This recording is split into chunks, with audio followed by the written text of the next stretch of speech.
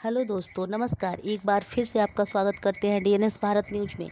हम लेकर आए हैं आपके लिए एक बड़ी खबर, टीवी की जानी मानी एक्ट्रेस श्वेता तिवारी जी की। जी हाँ, ये वही श्वेता तिवारी हैं जो कसौटी ज़िंदगी में काम कर चुकी हैं। श्वेता तिवारी ने भोजपुरी फिल्मों में भी काम किया है। वहीं इनके रियल लाइफ की बात करें तो काफ़ी उथल पुथल है इनके लाइफ में। श्वेता की तरह उनकी बेटी पलक तिवारी भी एक यंग सेशन है। जल्द ही वो अपना बॉलीवुड डेब्यू करने जा रही हैं।